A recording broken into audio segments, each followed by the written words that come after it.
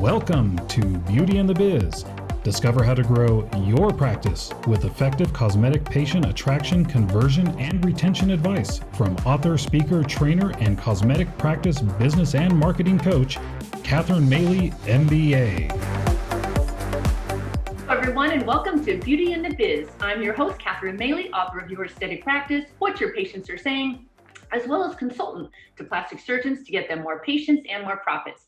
Now, today's episode is an interview with someone I've known for many years and have the utmost respect for. It's Dr. Randy Waldman. He's a double board certified plastic and reconstructive surgeon in Lexington, Kentucky, and he's been in practice over 30 years. So his articles are published in scientific journals, and he's been the editor for two medical books on facial plastic surgery. He's also given over 500 presentations at medical conferences, which is where I first met him. And he's been doing that for the past 25 years, all over the US as well as Europe. Now, Dr. Waldman has grown his private practice to 4 surgeons, which we're going to talk about, plus a Quad A certified surgical center, plus a medical skincare center, plus many, many staff. And he's been voted Central Kentucky's cosmetic surgery practice for 7 years. However, his even bigger claim to fame is his unique ability to organize and coordinate over 45 medical conferences. Currently, he is the founder and the director of the Global Aesthetics Conference in Miami Beach at the Lowe's Hotel in November, and we're really excited to be there. So, Dr. Waldman, thank you so much for joining me at Beauty and the Biz.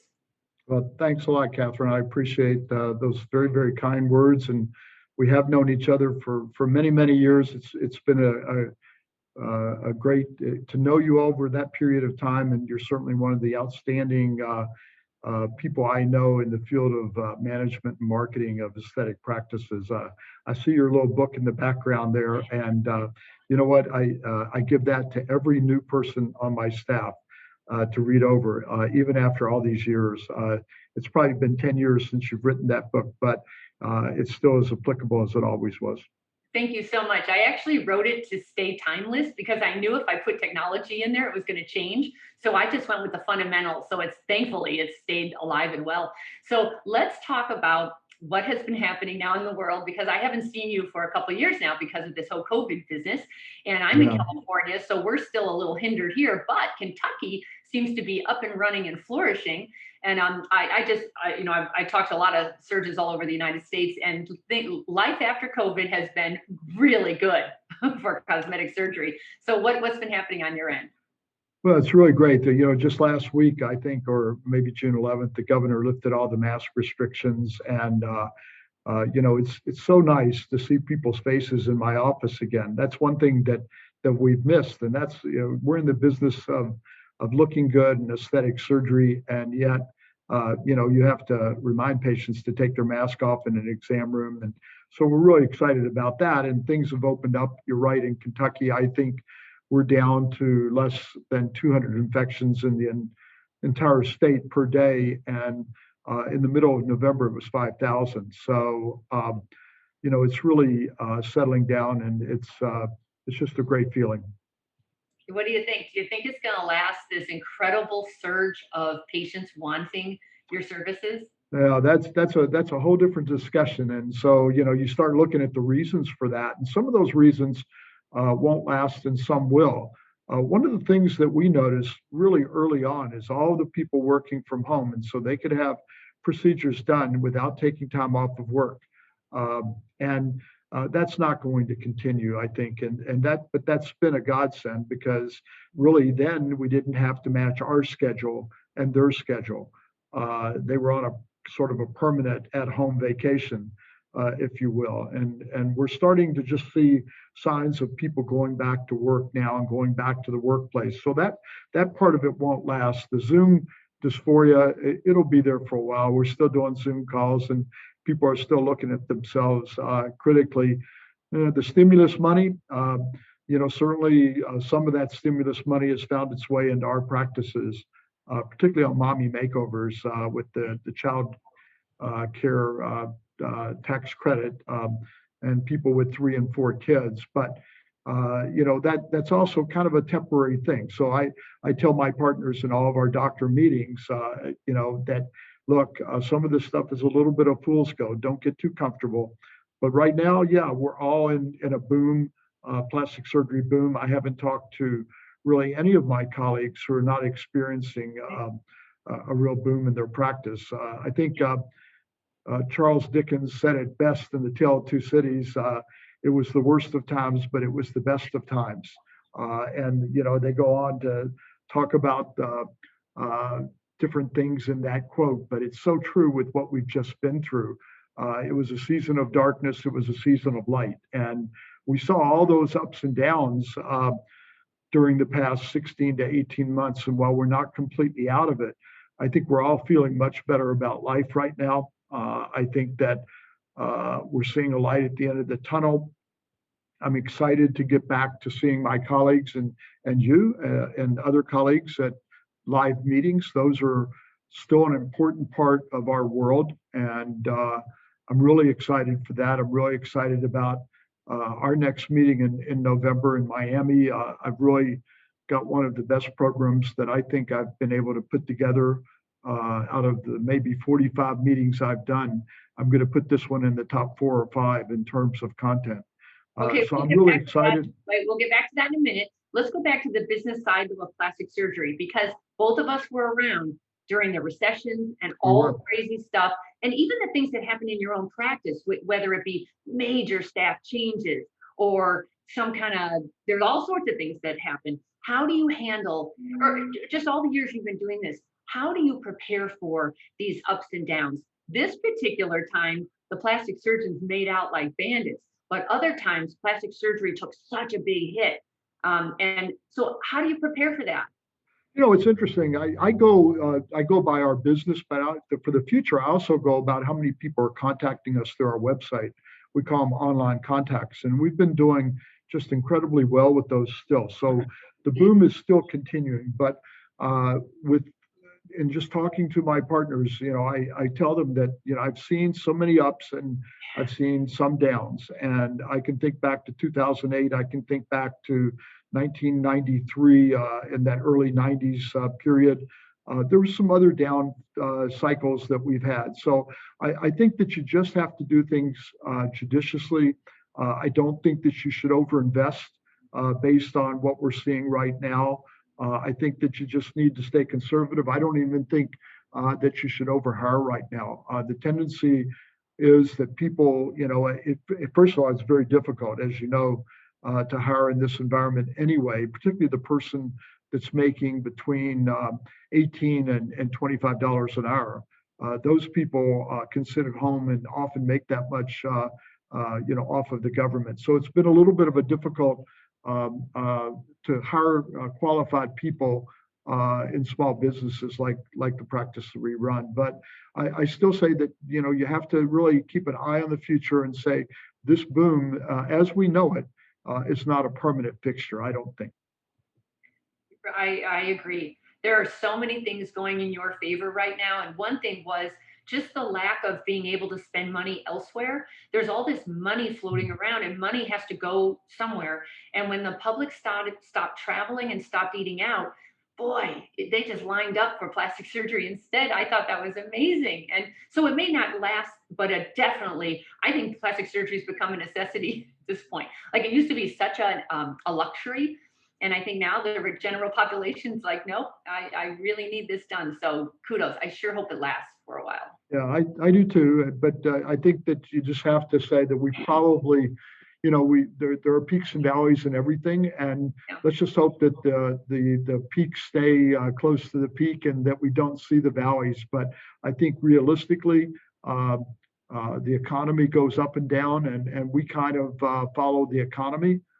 We follow the stock market sometimes, and so I just think that we need to be wary of history and remember that any boom is not going to continue indefinitely. Okay. So tell me, you now are up to 4 surgeons in your practice. You have a beautiful building in Lexington. It's gorgeous. And I mean, you have a pretty big boat to float there. Any pearls for managing that many surgeons? Because when it gets to be 4 and there are 4 egos, 4 personalities, how, any pearls on how to make that happen?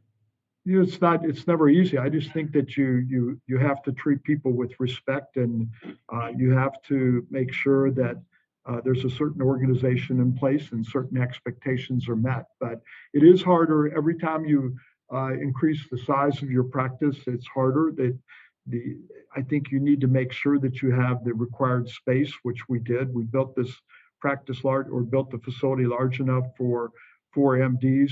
We don't, like a lot of practices have done really well, Catherine, with extenders and other people that are income producers. Really, in our practice, other than skincare, our doctors are the producers. So we're a little bit different in that regard. I know that philosophically we may not be in the mainstream, but it's what we've chosen to do. So it's complicated, and it does complicate it. The more people that you bring on board, the more personalities. But we've been able to make it work. And as you know, we're a multi-specialty practice. I can't emphasize that enough. We have two facial plastic surgeons and two plastic surgeons, and we all get along really well. That's one of the keys. We're all pretty good friends. We don't necessarily socialize all the time together, but we enjoy seeing each other at the office, and we all share a lot of the common beliefs and philosophies, and that's kind of what makes it run well. Nice. And then what about staff? Any staff tips that you've learned along the way in your 30 years? Because staff can be probably, would you say it's one of the most frustrating aspects of running a practice? Just Well, every time you get it straight, it's like, gosh darn it, everyone's running like a well-oiled machine, and then somebody gets pregnant or somebody moves away because, and yeah, so, it's all those things for sure. It is frustrating, and it's the hardest part about running any type of small business. I'm sure it's not unique to what we do, but there are periods of stress in what we do. There are periods where it's a little bit more hectic, and that puts a little bit more stress on the practice. We tend to hire mostly college graduates for almost every position in our office, and a lot of times this is not the final job for a lot of these younger people that we hire. They're looking to get into pharmaceutical sales. They're looking into, some of them.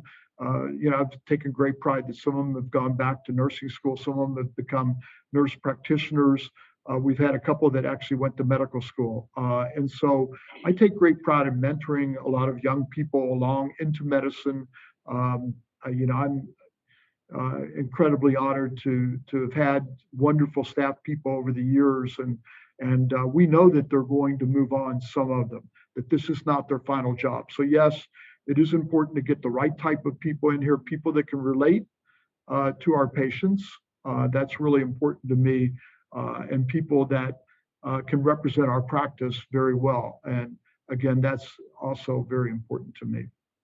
As a consultant, I know firsthand how difficult it is to find the right people for the right practice. I do a lot of that myself, and I've noticed just in general, it's gotten very difficult to get somebody to commit. They won't even show up for the interview, the interview Well, calls. that's true. I should have mentioned that a lot of people will put in their application for positions. I think we had a couple of positions open as coordinators, patient coordinators. And a lot of those people would apply, and we'd look at the application. They'd look pretty good, and yet when it came time to interview, they wouldn't show up for the interview. So I think Right? a lot of people are just submitting applications to kind of cover themselves with the governmental entities, and they prefer to stay at home with their children and get paid to do that. And it was particularly tough for you guys out in California, but also for us in Kentucky, because a lot of people found themselves now without childcare. School was the childcare, and so if they could get paid, stay at home, take care of their children, then that became a routine for many people and almost a habit. And so we're still trying to buck that trend. I think that hopefully eventually the government ends their program where, what is the word that they use for the unemployment, enhanced unemployment, and where they add additional money to the typical unemployment. And unemployment's been going on now for a year and a half. And, maybe it's going to end in September, but previously it was like 6 months. So people, a lot of small businesses, restaurants, small businesses like medical practices, yeah, it's been tough with them to get employees for sure. Well, you know what I've been suggesting to go back to the like what I used to do a million years ago. I would give the staff the finder's fee because staff knows better than they know if their friends are a good fit or not. So, but here's how I do the finder's fee, and it's a good one. It's $1,000, but you get 250 each quarter that they stay. So it's 250 on hire, then another 250 a quarter, and that just seems to work very well when you need a qualified person who matches your values. It's just an easier way to do it. So anyway, that's what I would suggest. It's a really interesting idea, and it's something that I may even try at some point. So Well, we are very money driven, as we've all yeah, learned. So it works. It works very well. And they care that this person fits well because it hurts their credibility if they don't. And so they'll help them along. So I think it's a good idea. So for sure. are you marketing any differently now than you did pre-COVID? Not really. We really haven't. We're not a heavily marketed practice other than the obvious, the website. Really, I've been looking, and we lost our social media expert in January to pregnancy, and so we really haven't done as much with social media as a lot of practices do. I'd like to. I think it's important, and I know a lot of my colleagues get a lot of patients from social media, but that hasn't been, what we've been doing. Most of our patients come from our website and from word of mouth. And as you know, 85% of patients by at least studies years ago came from word of mouth. It may not be that many anymore with social media, but it's still a very high percentage. So because we've been in practice for so long and have a loyal following, then for us, the website is our major marketing tool. That's interesting because if you study SEO, and you've heard the talks about SEO is dead, and I get that. If you're not willing to do the content that it takes to get people to your website, that's going to be a challenge for you. Otherwise, you have a lot of different arrows pointing to your website. So they might start. Actually, I don't think word of mouth has gone anywhere. I think it's been diluted because of the way people communicate. So I think there's still the girlfriend telling the girlfriend, but there's also her sharing on social, her texting somebody, it's just got more digital and it gets lost in the Yeah. actual, like, where did that referral come from? However, so when she does that, first the girlfriend tells her about Dr. Waldman. Then she says, oh, let me go check out Dr. Waldman. And they usually will go to your Instagram because a lot of us just go straight to Instagram to check out your photos. That's what we want to see. And then they go to your website. So it's a very zigzaggy road nowadays. So yeah, I think that there was a really good study that talked about how people find you, and it was something that was through one of the online sites, and they were basically talking about millennials, but I think they could really have been talking about any group. And they said the number one thing that drives people to your office is photographs and pre and post op pictures. But surprisingly, the number two thing, and this was about 5 years ago, so it was a little bit before it became a necessity. The number two thing is reviews, and then the number three thing gets into pricing. But I think the pricing for some people might be an issue, but I don't see people price shopping as much as they once did, and maybe I'm being naive about that. But I don't see people seeing the number of people that I used to have people coming in that I've seen 4 other doctors, and I just don't see that very much anymore. And now, again, maybe I'm not asking the right questions, but I do think that pre and post op pictures and reviews are the two critical things in my mind in today's world. Even it was millennials in that study, but I got to tell you, even some of my more mature patients tend to look at reviews now. for sure. And I'm also watching these practices put their pricing up on their websites. And Mhm. I'm going to ask your opinion on that because here's mine as a patient.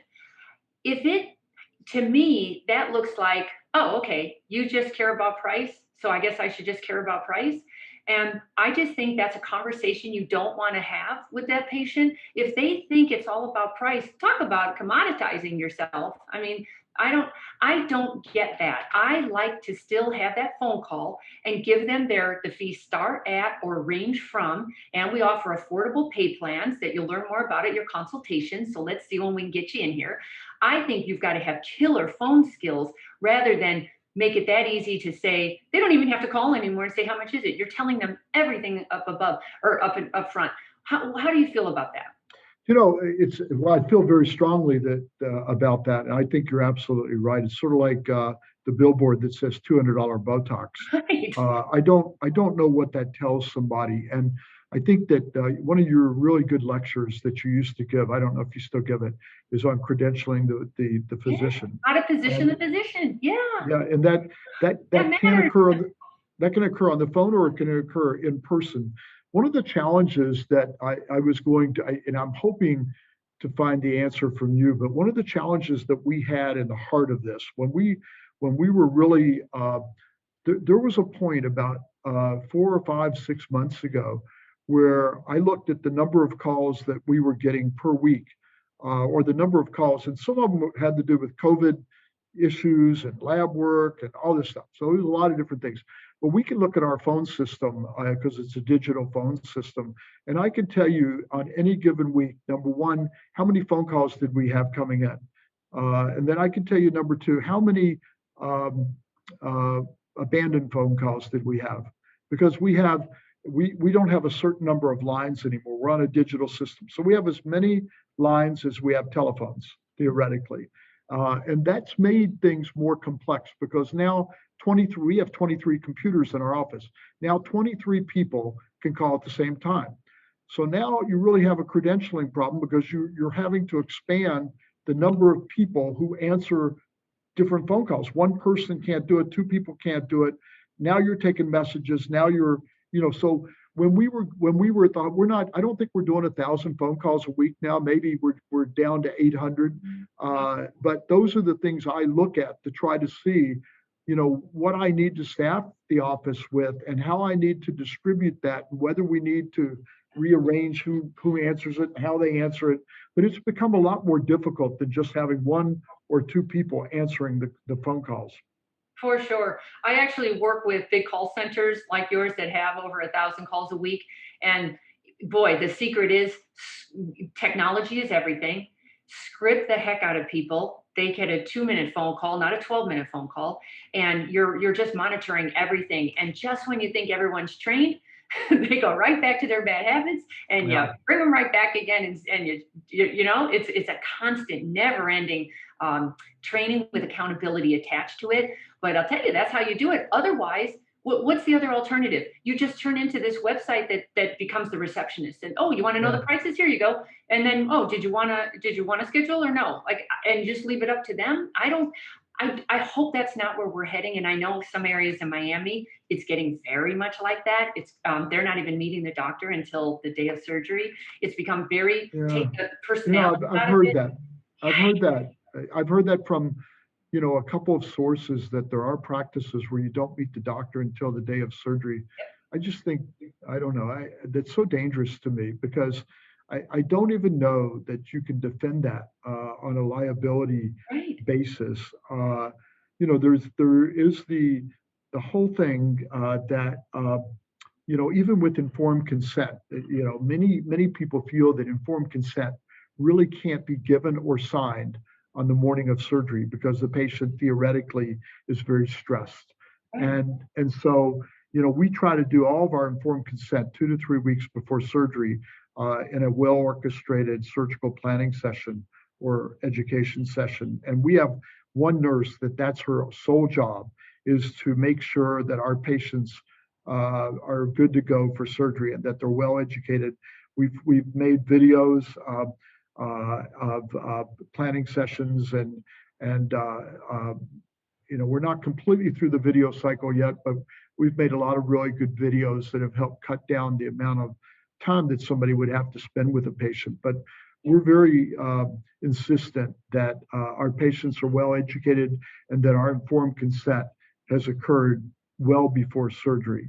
and that our patients are, healthy, because we do most of our surgeries, like 97, 95, 7%, whatever, in our own surgical center. We have an accredited surgical facility, as you know, and the only patients we tend to take to the hospital are patients with, BMI issues or health issues or whatever. So most of our patients are done here, but at the same time, we're under a different standard. We have to perform better than the hospitals. We have to be a little bit better. We really can't afford errors and or bad outcomes. So we're really pretty strict on the front end as far as health issues and other issues that relate to pre-op planning. Well, as a patient, I love the privacy and convenience of your in-house surgical center. I can't imagine going to a hospital. That sounds horrible to me. But I also can't imagine going somewhere where I hadn't met the doctor. I don't understand.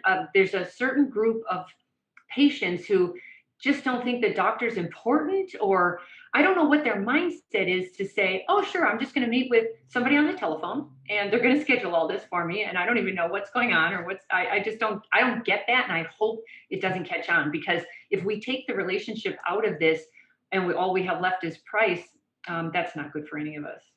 Yeah, and the other thing is we kind of want to know a little bit about our patient too, don't we? It's not a one-way street. It's really a two-way street. Good point. Probably one of the only, probably the only negative review that I've had in the last year came from a patient who basically I turned down because I really felt, she was a rhinoplasty consult, and I really felt like she had, expectations that I couldn't achieve. And she'd already been to one other doctor and brought me in imaging pictures from this doctor and said, this is the nose that I want. I looked at that nose and I didn't really think it looked very good. Mm-hmm. So I told her, I said, no, I'm not going to go there with that. I think that you really need to, I did it nicely, I thought. And she wrote a review and said she ran out crying, and she thought that I was going to be the choice and the right person because she liked the noses that she saw, on our website. But I think that we reserve the right, and we should turn down patients. I've got a lecture coming up at a meeting in Nashville that Michael Gold puts on, and it's the second time I've given a lecture on body dysmorphic disorder.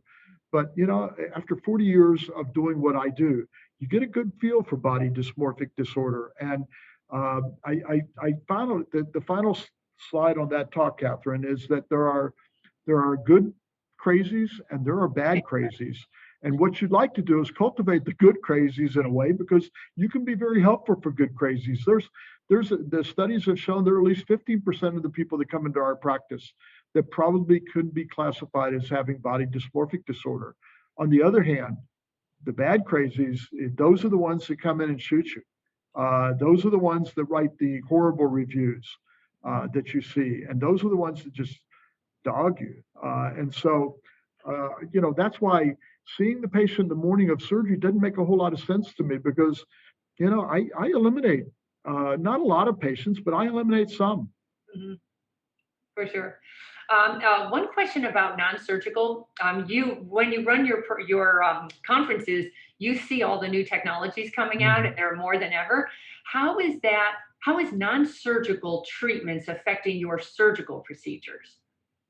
I'm sure it does, because it's number one, use of discretionary money and limited resources.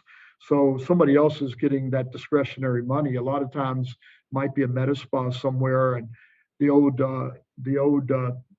parable is that if you only have a hammer in your toolbox and everything looks like a nail, well, if you're a med spa and you can only do non-invasive stuff, then you're going to say that every person's a candidate for that. And realistically, that's just not true. And we know that. And so we tend to get a lot of unhappy patients that, had false expectations. They were promised one thing and they got something else. They were promised a surgical result and they got the typical sort of less invasive or non-invasive result. And so there's the danger. And I don't know how to temper that. I can tell you that, we have a lot of these tools and stuff, but uh, I think minimal downtime, minimal result. I've always said that. Minimal downtime, minimal result. Long downtime, probably a more aggressive result. And it starts with little light resurfacing procedures versus the gold standard, fully ablative CO2 laser resurfacing. Well, that's a long recovery, but it's a major wow result, and you can't get that with anything else. And so I think that because we have so many people now that attempt to do or do what we do, but only have a limited amount of tools that they can use, that you tend to see a lot of dissatisfied or unhappy patients because of that. I have such a mixed feeling about it because as a patient, I've entered every door you can enter into this industry, and I started personally, 23 years ago with microdermabrasion. I just got my little package of microderm, and I got to know the esthetician, and it was just a relationship kind of thing, and it was a fun thing to do. And boy, then I just moved right on to Botox and filler and IPL laser. And so many times I tried to fight the surgery with the non-surgical, but it was helpful because it kept me in the game. It's just, you're right. My disposable income went to non-surgical until it couldn't anymore. And then I jumped to surgery, but then I went back to non-surgical if I could, So I think it's complicated for the patient. And I almost think you have to meet them where they are. If you want to develop a relationship with them, just meet them where they are, and then they'll stay with you if indeed you are. And like everything. Yeah, if you're honest about expectations and you temper their expectations, you're absolutely right. It's an entry point. And Grant Stevens was always fond of giving a lecture called "Patients for Life," and part of that is you can't operate on them, every 6 months, and so. For us as surgeons, there has to be another.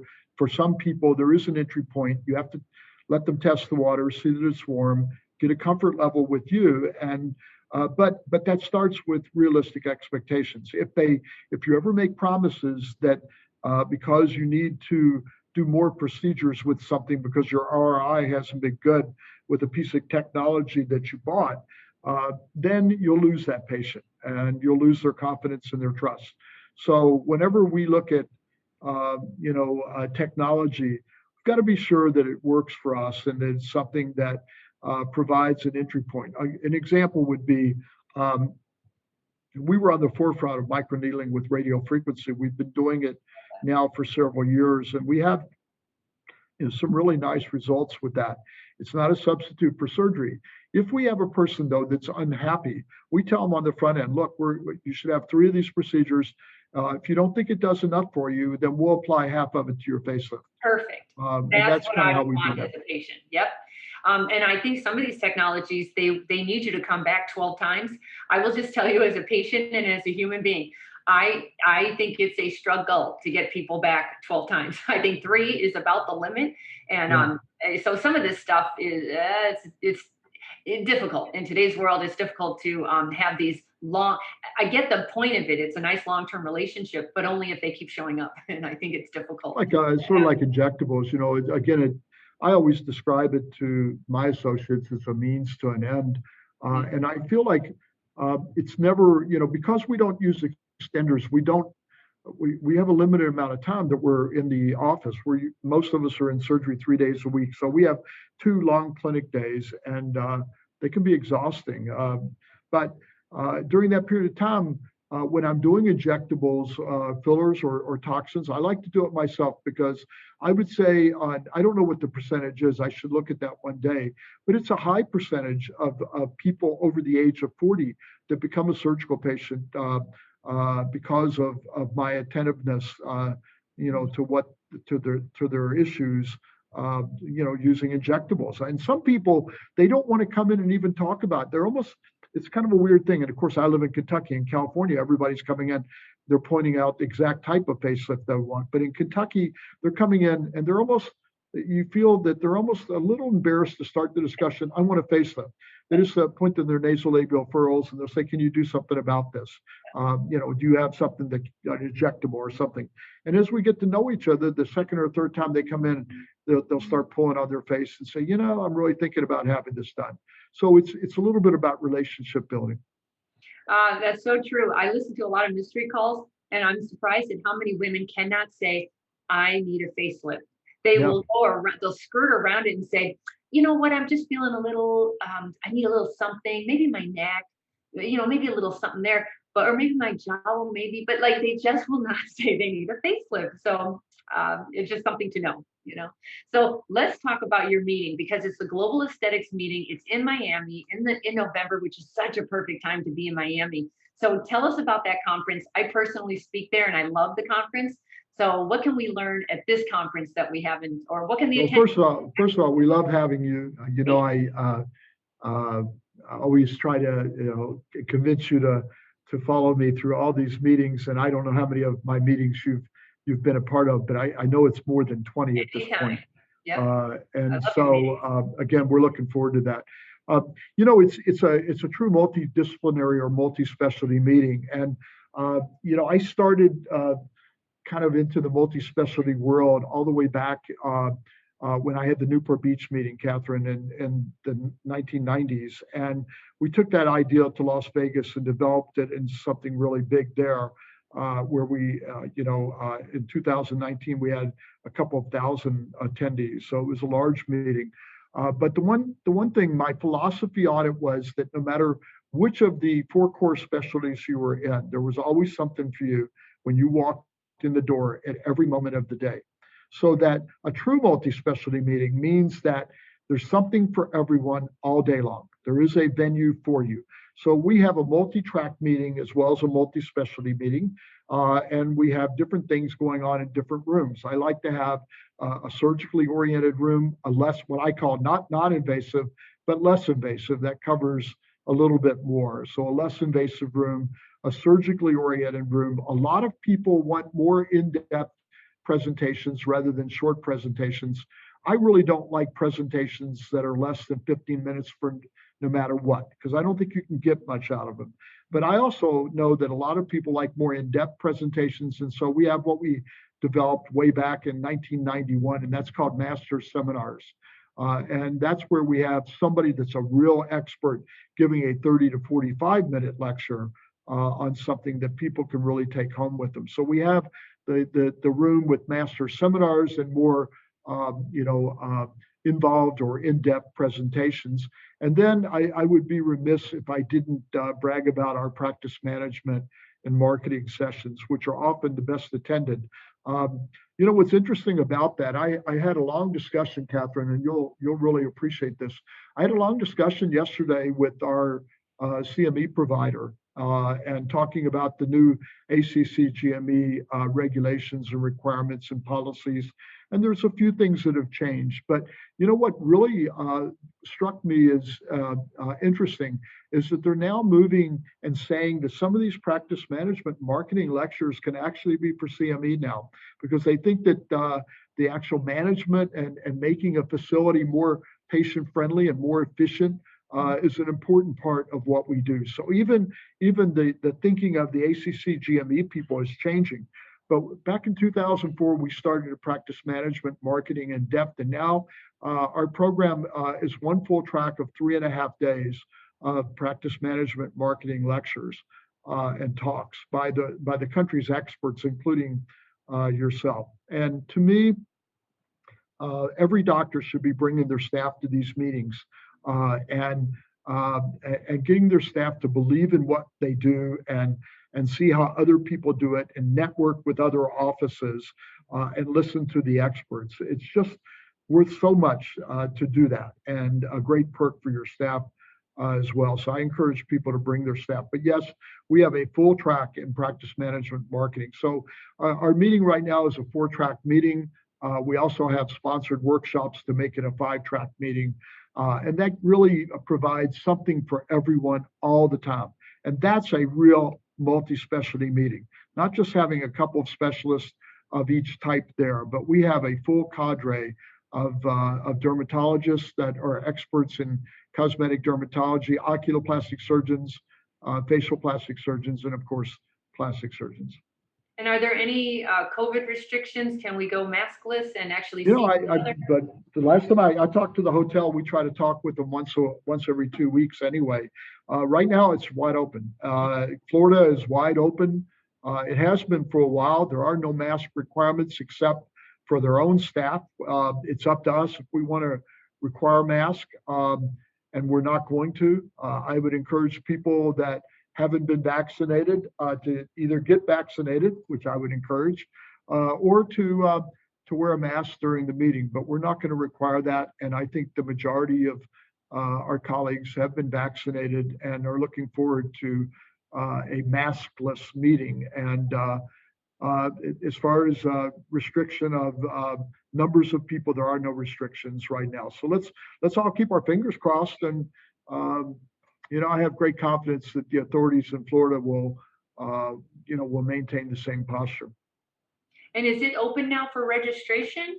It is. You can What's register by going to our website of GA Conference or Global Aesthetics Conference.com. GA is another URL that we have, so gaconference.com.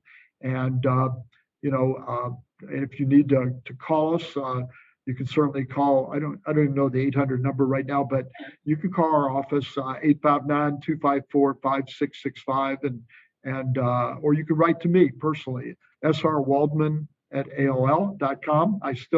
You've had that forever. I know, but it's sort of like changing your phone number. I could say you've had the same phone number forever. So I'm afraid people won't be able to find me if I go to something else. So it's srwaldman@aol. I have a Gmail address, but I don't even look at it. So I'm kind of old-fashioned in that regard, but it works for me.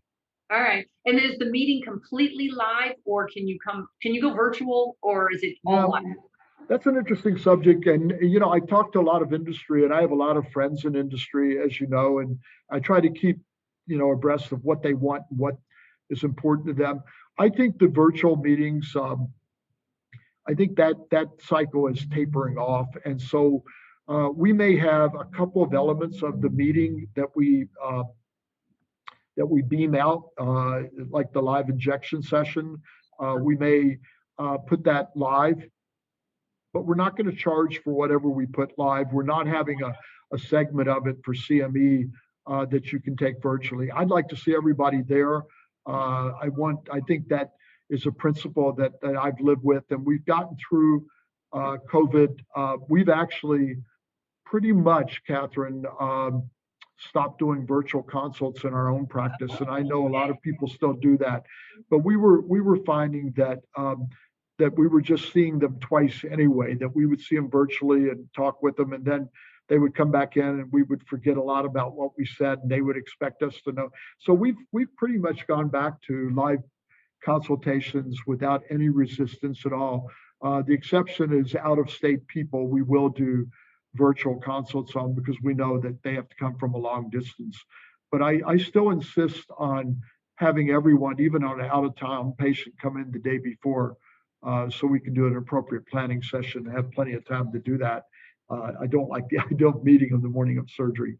Right. So, maybe that's the old-fashioned part of me, but it's worked for a lot of years, so we're going to stay with it. But yeah, we would encourage everyone to look at our program. I don't know what you think of it, Catherine, or what you think of the practice management part, but I really like it this year, and I think it's very dynamic, and I'm sure it'll stray off of the beaten path, and we'll have lots of post-COVID discussions that we never intended. Maybe when somebody submitted the talk, but it'll veer off the line a little bit. But I really like our program. I think it's very complete, and the content to me is still the most important part of putting together a program. And maybe a website too, but I think that the content is so important in a program, and I think a lot of people have gotten away from that. They put a lot of sponsored things on there, and I think people want CME content and CME hours. I think we give over 30 hours of CME credit. For a lot of states, that's all they need for the whole year. In Kentucky, that's all we need. So, I would encourage people to take a look at the program, and forget about the fact that it's in Miami Beach and the weather is 75 to 80 degrees and the restaurants are great. The ocean is right behind us. It's really not important, right? The important thing is the content to the meeting and the people that you're going to be around. And really, it's about getting out and around people again and getting used to that again. And I personally think that's something that we've all really needed. And hopefully, we can all come together and there are not going to be any new crazy strains of things that pop up or anything like that. Well, I can tell you, I'm so excited. I haven't been out yet. I haven't traveled yet. So I will start traveling again a couple months, and then I'll be the Global Aesthetics. This is my favorite meeting because you know how to run a meeting better than anybody else. You're so right. There's always something going on for you. If you're not loving this section, go to another section and you'll love that one. And your food is always really good too. So Yeah. you really The know. food is really good down there. And the thing is, I just think that the corporate mentality, is one thing, but that's not, we feel like we're hosting people into our home or into our practice. I have people visiting our practice a lot. And, I think you have to treat people in a certain fashion. And so when I go to other meetings, I really look at that. And, I sort of preach that to my staff. And I choose my staff for that reason. I choose the same type of meeting staff that I started with using my own office staff for that. But now my meeting staff are the same people. These are the types of people that I would hire in my practice to receive our patients. And to me, we talk about external PR, but you taught me years ago the importance of internal marketing and internal PR. And in my experience, that's proven true that the TV ads and all that kind of stuff, it's about how you treat people, and then don't go out and talk about you. And then ultimately it gets down to reviews and how you treat people. So I'm going to leave with that, or I don't know if you're finished, but there was a story. The last time I sat with you, I sat there and talked about it. You said, how's your practice going? And, you asked me about reviews. And I said, well, we're doing pretty well with that. We've got like 500 or 600 Google reviews. You remember talking to me about that? And you said, well, let me look at that. You opened it up and you looked at it and you said, well, this is not good. And I said, well, what's the problem? What'd you say? That you have all 5. Yeah, I needed to find some bad reviews. I said, so that patient that came in that got mad at me because I wouldn't do her nose, so that maybe that was scripted. I don't know. Did you send her in to see me? No, but I should have. Because you know what? Those are the kind of reviews you want. If that's the biggest problem you have is that you are honest with a patient and said, I don't think I can make you happy. That's what we want to see. Authentic. We want authentic. Yeah, I'd much rather have that than somebody writing about a bad surgical outcome or something like that. And so but that was the last time we sat together, was when you told me about we talked about reviews. I still tell everybody in my practice about that. So that was pretty. So now fun, do you have 4.9? No, I don't. I think we're still at 5.0. I don't know. I think it's not diluted enough. Because we have a lot of them. We've been able to. My staff's really good about generating reviews. We have a little contest in the office that we give little rewards for people that generate more reviews and that kind of thing. So that works pretty well. That's a great tip. Very nice. All right, let's wrap it up now. Thank you so much, Dr. Waldman. I cannot wait to hang around with you in Miami in November, or maybe in Kentucky in October if we can work that out. I hope you can make it here. And we've had you here before. You didn't mention that, and you visited us, and it was a great pleasure having you. You're truly one of a kind, and so I always enjoy going back and forth with you, and so it's been great over the years.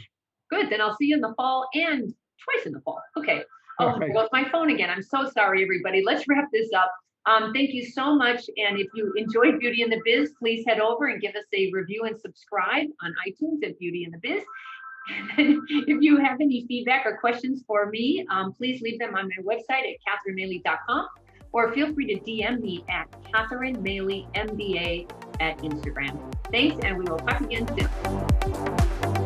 We hope you found valuable insight on this episode of Beauty in the Biz. For more episodes, tools, and Catherine's free book, visit www.catherinemaley.com.